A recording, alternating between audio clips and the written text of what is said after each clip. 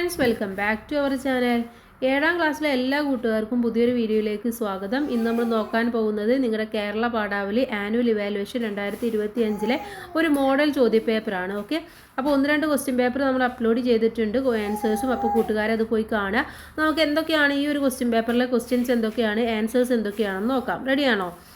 ഇവിടെ പ്രവർത്തനം 1 എന്ന് പറയുന്നത്, പ്ലാവിലെ കോട്ടിയ കുമ്പിളിൽ തുമ്പതൻ പൂവ് പോലിത്തിരി ഉപ്പ് തരിയെടുത്ത് ആവി പാറുന്ന പൊടിയരിക്കഞ്ഞിയിൽ തൂവി പതുക്കെ പറയുന്നു മുത്തശ്ശി, ഉപ്പു ചേർത്താലേ രുചിയുള്ളൂ. കഞ്ഞിയിൽ ഉപ്പുത്തിരി വീണലിഞ്ഞ് മറിഞ്ഞുപോം മട്ടിലെന്നുണ്ണി, നിൻ മുത്തശ്ശിയും നിന്ന നിൽപ്പിൽ ഒരു നാൾ മറഞ്ഞുപോം. എങ്കിലും നിന്നലേ ഉപ്പരിക്കും മുത്തശ്ശി എന്നും എൻ ഉണ്ണിയെ വിട്ടെങ്ങു പോകുവാൻ. ഓക്കെ, അപ്പോൾ ഇവിടെ ഒരു കവിതയാണ് തന്നിട്ടുള്ളത്. ഈ കവിതയ്ക്ക് ഒരു ശീർഷകം നൽകാൻ വേണ്ടി പറയുന്നുണ്ട്. അപ്പോൾ ഇവിടെ എന്താണ്, മുത്തശ്ശിയുടെ സ്നേഹമാണല്ലേ, കരുതലാണ് കാണുന്നത്. അപ്പോൾ വേണമെങ്കിൽ മുത്തശ്ശിയുടെ കരുതൽ എന്ന് നിങ്ങൾക്ക് കൊടുക്കാം. തുമ്പതൻ പൂവ് പോലെ ഉള്ളതായി കവി പറയുന്നത് എന്താണ്? എന്തിനെയാണ് ഇവിടെ തുമ്പതൻ പൂവ് പോലെ പറയുന്നത്? ഉപ്പിനെയാണല്ലേ, ഉപ്പിനെയാണ് പറയുന്നത്. ഇനി എന്നും ഉണ്ണിയിൽ എന്തായാണ് മുത്തശ്ശി ഇരിക്കുന്നത്? എന്തായാണ്? എന്നും ഉണ്ണിയുടെ വിട്ടെങ്ങു പോകുവാൻ നിന്റെ കൂടെയുള്ള ഉപ്പായിട്ട്, അഥവാ കഞ്ഞിയുടെ കൂടെ ഉപ്പുണ്ടെങ്കിൽ എന്താണ്, രുചി ഉണ്ടാവുള്ളൂ അല്ലേ? അതേപോലെ തന്നെ നിന്റെ കൂടെ എപ്പോഴും നിന്റെ രുചിക്കും, അഥവാ നിന്റെ കൂടെ എല്ലാത്തിനും നിന്റെ മുത്തശ്ശി ഉണ്ടാവും എന്നാണ് ഇവിടെ പറയുന്നത്. അതാണ് ഇവിടെ ഉദ്ദേശിക്കുന്നത്. ഇനി കവിതയുടെ ആശയം എഴുതാൻ വേണ്ടി പറയുന്നുണ്ട്. കവിതയുടെ ആശയം എന്ന് പറയുന്നത് മുത്തശ്ശിയുടെ കരുതലും സ്നേഹവുമാണ് നമുക്കിവിടെ കാണാൻ വേണ്ടി കഴിയുന്നത്. മുത്തശ്ശി എന്തിനോടാണ് ഉപമിക്കുന്നത്? കഞ്ഞിയിലെ ഉപ്പിനോടാണ് ഉപമിക്കുന്നത്. കഞ്ഞിയിൽ ഉപ്പിട്ടാൽ മാത്രമേ കഞ്ഞിക്ക് രുചി ഉണ്ടാവൂ. അതേപോലെ തന്നെ മുത്തശ്ശി കഞ്ഞിയുടെ ഉപ്പ് അലിഞ്ഞു പോകുന്ന പോലെ മുത്തശ്ശിയും ഒരു നാൾ ഇല്ലാതാവും. പക്ഷെ അവിടെ എന്താണ്, കഞ്ഞിയിൽ ഉപ്പ് അലിഞ്ഞു ചേർന്ന് കഴിഞ്ഞാൽ രുചി കൂടും. അതേപോലെ തന്നെ മുത്തശ്ശി നിന്റെ കൂടെ ഉണ്ടാകുന്ന അത്രയും കാലത്തോളം നിന്റെ കൂടെ എല്ലാത്തിനും കരുതലായിട്ടും സ്നേഹമായിട്ടും എല്ലാത്തിനും നിന്റെ കൂടെ ഉണ്ടാകുമെന്നാണ് ഈ കവിതയുടെ ആശയമായിട്ട് വരുന്നത്. ഓക്കെ, അപ്പോൾ മുത്തശ്ശിയുടെ കരുതലും സ്നേഹവും ആശ്വാസവും ഒക്കെയാണ് ഈ കവിതയുടെ ആശയം എന്ന് നമുക്ക് പറയാം. രണ്ടാമത്തേത്, എന്നും ഈ യാത്ര എന്ന കവിതയുടെ ആസ്വാദന കുറിപ്പ് എഴുതാനാണ് പറഞ്ഞിട്ടുള്ളത്. ഓക്കെ, എന്നും ഈ യാത്ര എന്ന കവിതയുടെ എന്തെഴുതണം? ഒരു ആസ്വാദന കുറിപ്പ് എഴുതണം. അപ്പോൾ നമ്മൾ ആദ്യം മനസ്സിലാക്കേണ്ടത് ആരാണ് ഈ കവിത എഴുതിയിട്ടുള്ളത് എന്നുള്ള കാര്യങ്ങളൊക്കെയാണ് നമ്മൾ ആദ്യമായിട്ട് മനസ്സിലാക്കേണ്ടത്. നമ്മൾ പഠിച്ച കവിതയാണ്, അപ്പോൾ നമുക്കറിയാവുന്ന കവിതയുമാണ്. 2ാമത്തെ യൂണിറ്റിൽ നമ്മൾ പഠിച്ചിട്ടുള്ളതാണ്. അപ്പോൾ ഈ കവിതയുടെ ആശയം എന്താണ്, ഈ കവിത ആരാണ് എഴുതിയിട്ടുള്ളത് എന്ന് നമുക്ക് ആദ്യം നോക്കാം. ആരാണ് എഴുതിയിട്ടുള്ളത്? അഗ്നിശലഭങ്ങൾ എന്നതിലെ ഒരു കവിതയാണിത്. ONV ആണിത് എഴുതിയിട്ടുള്ളത്. ഓക്കെ, ഇനി എന്താണ് ഇതിൽ പറയുന്നത് കൂട്ടുകാരെ? ഇവിടെ പറയുന്ന കാര്യങ്ങൾ എന്താണ്? ONV എന്നും ഈ യാത്ര എന്ന കവിത ജീവിതത്തിലെ ഓരോ ഘട്ടത്തിലൂടെയുമുള്ള യാത്രയെ കുറിച്ചിട്ടാണ് സൂചിപ്പിക്കുന്നത്. ശൈശവ, ബാല്യ, കൗമാര കാലത്തിലൂടെ കടന്നു പോകുമ്പോൾ എന്തൊക്കെയാണ് നമ്മുടെ ജീവിതത്തിൽ ഉണ്ടാകുന്നത്, അതുപോലെ തന്നെ തലമുറകളുടെയും സംസ്കാരങ്ങളുടെയും പാരമ്പര്യങ്ങളുടെയും ഈടുവെപ്പുകൾ നിറഞ്ഞതാണ് ഭൂമിയിലെ ജീവിതം എന്ന് പറയുന്നുണ്ട്. കാലങ്ങൾ യാത്ര ചെയ്യുമ്പോൾ ആളുകൾ മൺമറയുകയും അവരുടെ ഗാനങ്ങളിൽ ബാക്കിയുള്ളവർ ജീവിക്കുകയും ചെയ്യുന്നു. പ്രിയപ്പെട്ട ഈ സ്വപ്നഭൂമിയിലൂടെ കവി യാത്ര തുടരുകയാണ്. ആ യാത്രക്ക് ഒടുക്കവും തുടക്കവും തളർച്ചയും ഒന്നുമില്ല എന്നൊക്കെയാണ് ഇവിടെ പറയുന്നത്. ഓക്കെ, അത് മാത്രമല്ല ഇവിടെ എന്താണ്, പൂർവികർ എത്രത്തോളമാണ് നമ്മുടെ ജീവിതത്തെ സ്വാധീനിച്ചിട്ടുള്ളത് എന്നതിനെ കുറിച്ചിട്ടും ഇവിടെ പറയുന്നുണ്ട്. അപ്പോൾ ആ കാര്യങ്ങളൊക്കെയാണ് നിങ്ങളിവിടെ ആസ്വാദനമായിട്ട് എഴുതേണ്ടത്. ഇനി അടുത്തത് നോക്കൂ, പ്രവർത്തനം 3. എനിക്കതിൽ നിന്ന് കരകയറണമെന്ന ആഗ്രഹം ലവലേശം ഉണ്ടായിരുന്നില്ല. വിശകലനം ചെയ്ത് കുറിപ്പ് തയ്യാറാക്കാനാണ് പറഞ്ഞിട്ടുള്ളത്.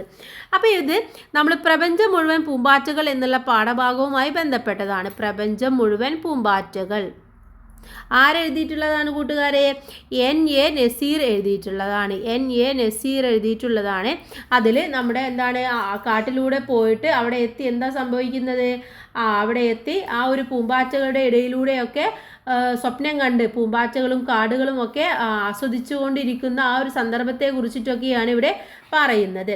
അപ്പോൾ അതിൽ പറയുന്നുണ്ട്, കാതിലെന്താണ്, ചിറകുകളുടെ മൃദു മന്ത്രണം ഉണ്ടായി. അപ്പോൾ നാൾ മഴക്കാടിൻ്റെ ഹൃദയഭാഗത്ത് ഒരു പുലരി സംഭവിക്കുകയാണ് ചെയ്യുന്നത്.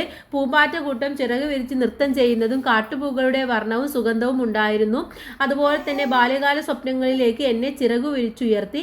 അവക്കൊപ്പം ഞാനും പറന്നുയർന്നു. ലക്ഷക്കണക്കിന് പൂമ്പാറ്റകൾക്കൊപ്പം ഞാനൊരു കുഞ്ഞു പൂമ്പാറ്റയായി. അവരുടെ മൃദുലമായ ചിറകുകൾ എൻ്റെ മുഖത്ത് ശരീരത്തിലുമൊക്കെ ഇരുമ്പുന്നുണ്ടായിരുന്നു. അവ പല വർണ്ണത്തിലുള്ള പൂമ്പൊടികൾ കൊണ്ടെന്നെ തഴുകി.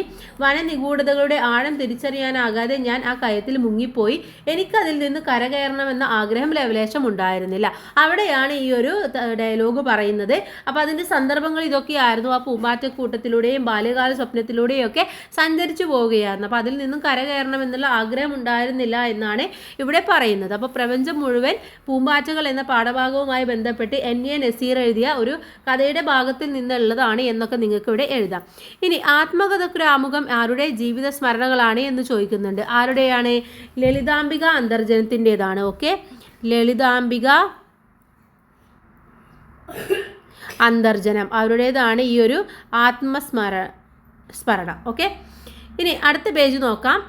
അടുത്തത് ചങ്ങമ്പുഴയുടെ ഓർമ്മകൾ പങ്കുവെച്ചുകൊണ്ട് വിദ്യാലയത്തിൽ നടന്ന പരിപാടിയുടെ വാർത്ത അടുത്ത ദിവസത്തെ പത്രത്തിൽ കൊടുക്കാൻ ആവശ്യമായ എന്തെല്ലാം ഉൾപ്പെടുത്തി പത്രവാർത്ത തയ്യാറാക്കുക.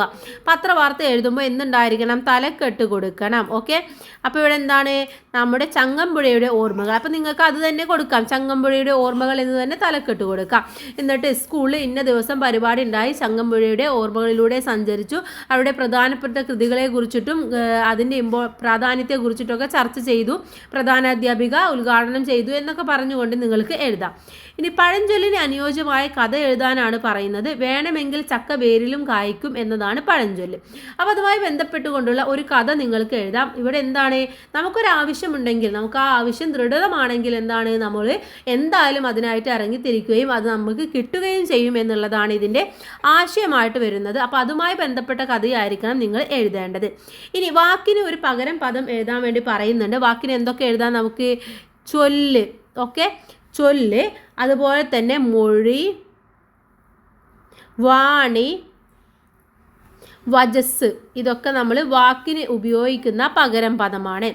ഇനി 1, 2 എന്നിവ എന്തെന്ന് എഴുതാനാണ് പറയുന്നത്. മുന്നിൽ കളിക്കുന്ന ഡാഷ് വമ്പലോടലറും ഡാഷ് ബേരിയും. ഇവിടെ എന്താണ്? മുന്നിൽ കളിക്കുന്ന ഏതാണ്? കാലാൾ പടകളും. നമ്മുടെ ഏത് പാഠവുമായി ബന്ധപ്പെട്ടതാണ്? പടക്കളത്തിലേക്ക് എന്ന പാഠഭാഗവുമായി ബന്ധപ്പെട്ട വരികളാണ്. പടക്കളത്തിലേക്ക്. ഓക്കെ, ഇനി മുന്നിൽ കളിക്കുന്ന എന്താണുള്ളത്? മുന്നിൽ കളിക്കുന്ന കാലാൾ പടയും എന്നതാണ്. കാലാൾ പടയും. വമ്പടോടലും ഡേഷ് ബേരിയും. അവിടെ എന്താണ്? പടഹവും എന്നാണ്. പടഹവും. ഓക്കെ, പടഹവും ബേരിയും എന്നതാണ്. ഇതിൽ ബി ചോദ്യം മാതൃഭാഷയുടെ പ്രാധാന്യത്തെക്കുറിച്ച് അഭിപ്രായം കുറിക്കാനാണ് പറയുന്നത്. മാതൃഭാഷയുടെ പ്രാധാന്യത്തെക്കുറിച്ചിട്ട് നമ്മൾ ഇമ്പോർട്ടൻ്റ് ആയിട്ടുള്ള ക്വസ്റ്റ്യൻ പേപ്പറിൽ നാളെ ഡിസ്കസ് ചെയ്യുന്നതാണ്. അപ്പോൾ ഇതിൽ നമ്മൾ അതിന് പറ്റുന്ന ഉപന്യാസം, അതുപോലത്തെ അഭിപ്രായക്കുറിപ്പ്, വിശകലനക്കുറിപ്പ് എന്നിവക്കൊക്കെ പറ്റുന്നത് നമ്മൾ പറയുന്നുണ്ട്. അപ്പോൾ കൂട്ടുകാർ അത് കണ്ടു കഴിഞ്ഞാൽ നിങ്ങൾക്ക് നന്നായിട്ട് എഴുതാൻ വേണ്ടി പറ്റും. മാതൃഭാഷയുടെ പ്രാധാന്യം എന്നുള്ളത് എന്താണ്? വളരെ ഇമ്പോർട്ടൻ്റ് ആയിട്ടുള്ള ഒരു ക്വസ്റ്റ്യൻ ആണ്. പല ക്വസ്റ്റ്യൻ പേപ്പേഴ്സിലും കണ്ടിട്ടുണ്ട്. അപ്പോൾ കൂട്ടുകാർ ആ ഒരു വിഷയം നന്നായിട്ട് പഠിച്ചു വെക്കുക. ഓക്കെ, അപ്പോൾ എല്ലാവർക്കും നല്ല മാർക്ക് തന്നെ സ്കോർ ചെയ്യാൻ വേണ്ടി കഴിയട്ടെ. നാളത്തെ ഇമ്പോർട്ടൻ്റ് ആയിട്ടുള്ള ക്വസ്റ്റ്യൻസും കൂടെ റെഫർ ചെയ്ത് കഴിഞ്ഞാൽ നിങ്ങൾക്ക് നല്ല മാർക്ക് തന്നെ കിട്ടും. എല്ലാവർക്കും all the best. Thank you for watching.